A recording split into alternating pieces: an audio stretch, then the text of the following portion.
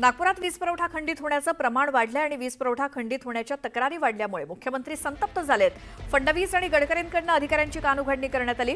नागरिकांच्या मनात सरकार विरोधात नाराजीचा सूर आहे आणि कानउघडणीनंतर तरी कारभार सुरळीत होणार का असा प्रश्न निर्माण होतोय। नागपुरात वीज पुरवठा खंडित होण्याचं प्रमाण वाढलंय आणि म्हणूनच मुख्यमंत्री संतप्त झाले। देवेंद्र फडणवीस आणि नितीन गडकरी यांच्याकडून अधिकाऱ्यांची कानउघडणी करण्यात आली। नागरिकांच्या मनात एकतर सरकार विरोधात नाराजीचा सूर आहे आणि कानउघडणीनंतर तरी हा कारभार नागपुरातला सुरळीत होणार का असा प्रश्न स्थानिक विचारतायत। आणि आता या बुलेटिनमध्ये बघूयात बातमी 36 जिल्ह्यांची। राज्य शालेय शिक्षण अभ्यासक्रमात तिसऱ्या भाषेवरून वाद सुरू आहे। हिंदी भाषा सक्तीवरनं राजकीय घमासान सुरू आहे। केंद्र सरकारनं थोपलेल्या त्रिभाषा सूत्रीमुळे राज्यात मराठी भाषेवरून हिंदी भाषा, मराठी भाषा विरुद्ध हिंदी भाषा असा संघर्ष उभा राहिलाय। तर मनसे अध्यक्ष राज ठाकरे यांनी थेट सत्ताधाऱ्यांना हिंदी भाषा सक्तीच्या शिक्षणाच्या विरोधात इशारा दिलाय। त्या पार्श्वभूमीवर राज्य सरकारनं त्रिभाषा सूत्री संदर्भात बैठक बोलावली आहे। मुख्यमंत्र्यांच्या निवासस्थानी या बैठकीचं आयोजन करण्यात आलंय। आजपासून हिंदी सक्ती विरोधात मनसे आंदोलन सुरू करणार आहे। राज्यभरातील शाळांच्या बाहेर पालकांच्या सह्यांची मोहीम मनसेकडून राबवली जाणार आहे। माळेगाव कारखान्याच्या निवडणुकीसाठी रविवारी मतदान प्रक्रिया पार पडली। कारखान्याच्या निवडणुकीमध्ये एकूण 4 पॅनल आणि अपक्ष यांच्यामध्ये लढत होती। त्यासाठी 88.48% उच्चांकी मतदान झालं। राज्य परिवहन महामंडळाची श्वेतपत्रिका जाहीर करण्यात येणार आहे। परिवहन महामंडळाचे अध्यक्ष प्रताप सरनाईक यांनी श्वेतपत्रिका काढण्याचे आदेश एप्रिल महिन्यात दिले होते आणि त्यानुसार आता ती जारी करण्यात येणार आहे। तर महामंडळाची आर्थिक स्थिती समजून घेण्यासाठी ही श्वेतपत्रिका महत्त्वाची आहे। यंदा गणेशोत्सव 27 ऑगस्टला सुरू होणार आहे। या पार्श्वभूमीवर कोकण रेल्वेच्या नियमित गाड्यांसोबतच विशेष गाड्यांच्या आरक्षणाला 23 जूनपासून म्हणजे आजपासून सुरुवात होते। प्रवाशांची वाढती संख्या बघता मध्य रेल्वे आणि कोकण रेल्वे मार्गावरती यंदा देखील 250 पेक्षा अधिक गणपती विशेष गाड्या धावणार आहेत। शिर्डी साई मंदिरात महत्त्वाच्या व्यक्तींना दर्शन घेण्यासाठी दिवसभरात केव्हाही दर्शन रांग थांबवावी लागत होती। त्यामुळे रांगेतील सामान्य भक्तांना त्रास सहन करावा लागत होता।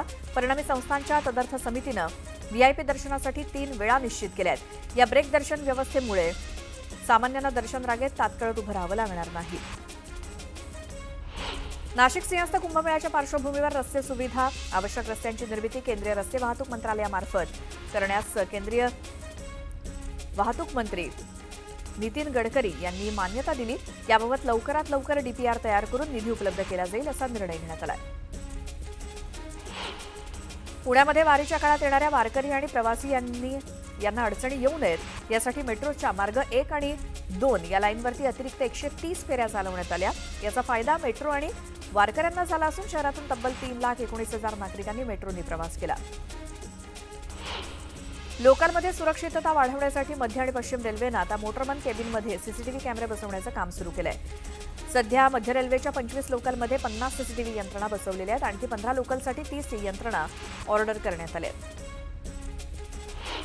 राज्य परिवहन विभागानं ई-बाईक टॅक्सी सेवेसाठी तयार केलेल्या नियमावलीवरती नागरिकांनी 85 सूचना आणि हरकती नोंदवल्या आहेत। त्यात ई-बाईक टॅक्सी सेवा सुरू करू नका अशी मागणी करण्यात आली आणि या हरकती सूचना सरकारकडे पाठवल्या आहेत। धारावीचा पुनर्विकास झाल्यानंतर या भागाची शहराच्या अन्य भागाशी थेट जोडणी देण्यासाठी उपाययोजना करण्यास राज्य सरकारनं सुरुवात केली आहे। त्यानुसार धारावीमध्ये मल्टीमोडल ट्रान्सपोर्ट हब विकसित करण्यासाठी MMRDAची नियुक्ती करण्यात आली आहे। अहमदाबादमध्ये झालेल्या विमान अपघातानंतर एअर इंडिया विमान कंपनीला मोठा फटका बसतोय। या अपघातानंतर एअर इंडियाच्या विमानांबद्दल आणि उड्डाणांबद्दल अनेक तक्रारी येत आहेत। अशातच DGCAनं एअर इंडियाला एक गंभीर इशारा दिलाय। जर कंपनीच्या उड्डाण प्रक्रियेमध्ये अनियमितता सुरू राहिली तर एअरलाईन्सचा परवाना निलंबित केला जाऊ शकतो किंवा तो रद्दही केला जाऊ शकतो असा थेट इशारा देण्यात आलाय। म्युच्युअल फंडाचे नियम अधिकाधिक गुंतवणूकदार केंद्रित आणि उद्योगस्नेही बनवण्याचा निर्णय बाजार नियामक सेबीने घेतलाय। त्यासाठी या नियमांचा आढावा सेबीकडून घेतला जातोय। सेबीचे कार्यकारी संचालक मनोज कुमार यांनी ही घोषणा केली। एप्रिल ते जून 2025 या तिमाहीमध्ये शुद्ध प्रत्यक्ष करांचं संकलन आदल्या वर्षातील समान कालावधीच्या तुलनेत 1.39% घसरून 4.59 लाख कोटी रुपये इतके राहिलेत। करसंकलन मंदावल्यामुळे ही घसरण झाल्याचं सरकारनं जारी केलेल्या आकडेवारीतून समोर आलंय।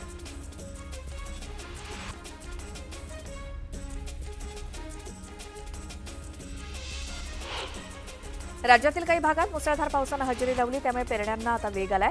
आतापर्यंत राज्यात 33 लाख हेक्टरवरती पेरण्या झाल्या असून सर्वाधिक पेरण्या लातूर विभागात झाल्या, तर मागील वर्षीपेक्षा यंदा जवळपास 123% पेरण्या अधिक झाल्याचं अहवालावरून समोर आलंय. नाफेडतर्फे सुरू होणारी कांदा खरेदीची प्रतीक्षा 4 ते 5 दिवसात संपणार आहे. सुरुवातीला 1435 रुपये भाव केंद्र निश्चित झाल्याची माहिती नाफेडचे जनरल मॅनेजर श्रीवास्तव यांनी लोकमतला दिली. त्यामुळे नाफेडकडनं भाव किती मिळणार याची देखील उत्सुकता आता संपली आहे. आषाढी यात्रेनिमित्तानं पंढरपुरात आलेल्या लाखो भाविकांना प्रसन्न वाटावं यासाठी महास्वच्छता अभियान राबवून भाविकांच्या आगमनासाठी स्वच्छ आणि सुंदर पंढरपूर तयार ठेवलंय आणि हे अभियान राबवून शहरातील 42 ठिकाणांहून 148 टन कचरा गोळा करण्यात आलाय. पंढरपुरातील व्यापाऱ्यांच्या आषाढी वारीमध्ये लागणारे प्रासादिक साहित्य बनवण्यासाठी धावाधाव सुरू आहे. विठ्ठल रुक्मिणी मातेच्या दर्शनानंतर लागणारा महाप्रसाद म्हणजे चुरमुरे, बत्ताशे, साखर कांडी तसंच साखर वाटाणा, साखर फुटाणे या मालाची खरेदी विक्री सुरू झाली आहे. चुरमुऱ्यांच्या माध्यमातून कोट्यवधींची उलाढाल होते. गुजरातमधून 6000 पोती चुरमुरे पंढरपुरात येत आहेत. मुंबईला पाणीपुरवठा करणाऱ्या 7 तलावांमध्ये आज 3,88,523 दशलक्ष लिटर म्हणजे 27% इतका पाणीसाठा पोहोचलाय. गेल्या काही दिवसात आटलेला पाणीसाठा 8%वरून आता 26.84% पोहोचलाय. त्यामुळे मुंबईवरील पाणी कपातीचं संकट टळलंय. राज्यातील शाळा सुरू झाल्यानंतर शालेय विद्यार्थ्यांसाठी गणवेश, बूट आणि पायमोजे यासाठी शालेय शिक्षण विभागानं 53 कोटी रुपयांचा निधी वितरित केला.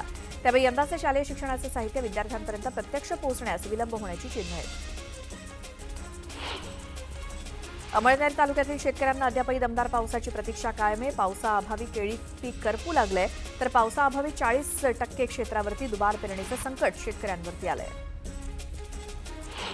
गोंदियामध्ये धान खरेदीचा प्रश्न पुन्हा ऐरणीवर आलाय. मार्केट फेडरेशन आणि आदिवासी विकास महामंडळाची धान खरेदीची मर्यादा संपल्यामुळे हजारो शेतकऱ्यांचे धान खरेदी केंद्राऐवजी धान घरीच पडू नये, त्यामुळे शेतकऱ्यांमध्ये अस्वस्थता पसरली आहे. शासनानं तातडीनं खरेदीची मर्यादा वाढवावी आणि धान खरेदी सुरू करावी अशी मागणी शेतकरी करतायत. जळगावात वाहतूक शाखेच्या वतीनं नियम मोडणाऱ्या रिक्षा चालकांविरोधात धडक मोहीम राबवण्यात आली. नियम मोडणाऱ्या 30पेक्षा जास्त रिक्षा पोलिसांनी जप्त केल्या. त्या जप्त केलेल्या रिक्षा चालकांवरती वाहतूक विभागाच्या वतीनं दंडात्मक कारवाई करण्यात आली. दक्षिण रायगडात 2 दिवसांपासून पावसानं उसंती घेतली, तर कधी पाऊस तर कधी ऊन पडतंय. त्यामुळे आल्हाददायक वातावरण तयार झाल्यामुळे अनेक धबधबे पर्यटकांना भुरळ घालतायत. त्यामुळे रायगडमधील धबधब्यांवरती पर्यटकांनी गर्दी केली आहे. पावसाळ्यात राज्यातील पर्यटकांचं आकर्षण असलेल्या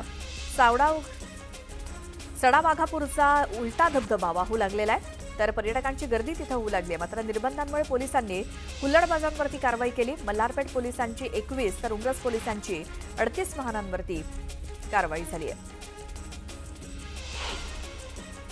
चोपडा शहरातील विविध भागांमध्ये प्रमुख रस्त्यांचं भूमिपूजन माजी आमदार लता सोनावणे यांच्या हस्ते आणि विद्यमान आमदार चंद्रकांत सोनावणे यांच्या उपस्थितीत वाजत गाजत फटाके फोडत करण्यात आलं. मध्य रेल्वेची पावसाळ्यापूर्वीची सगळी कामं पूर्ण झाली आहेत. रुळांवरती पाणी साचणाऱ्या ठराविक स्थानकांवरती आणि ठिकाणांवरती रेल्वेनं पंप बसवले असले तरी काही ठिकाणी अजूनही पाणी साचते असं प्रवाशांचं म्हणणं आहे. गणेशोत्सवासाठी पेणमधनं तब्बल 44,000 गणेश मूर्ती परदेशात रवाना झाल्या, तर 2 दिवसांपूर्वी अखेरची 5,000 मूर्तींची खेप पाठवण्यात आली आहे. अमेरिका, इंग्लंड, न्यूझीलंड, थायलंड आणि मॉरिशस या देशात प्रामुख्यानं मूर्ती पोहोचत आहेत. मुंबई डीएन नगर ते दहिसर पूर्व मेट्रो 2 आणि अंधेरी पूर्व ते दहिसर मेट्रो 7 या मार्गिकेवरती प्रवाशांकडून डिजिटल तिकिटाचा वापर वाढला असून 18 जून रोजी एका दिवसात तब्बल 65% प्रवाशांनी व्हॉट्सअप तिकीट काढून प्रवास केल्याचं समोर आलंय.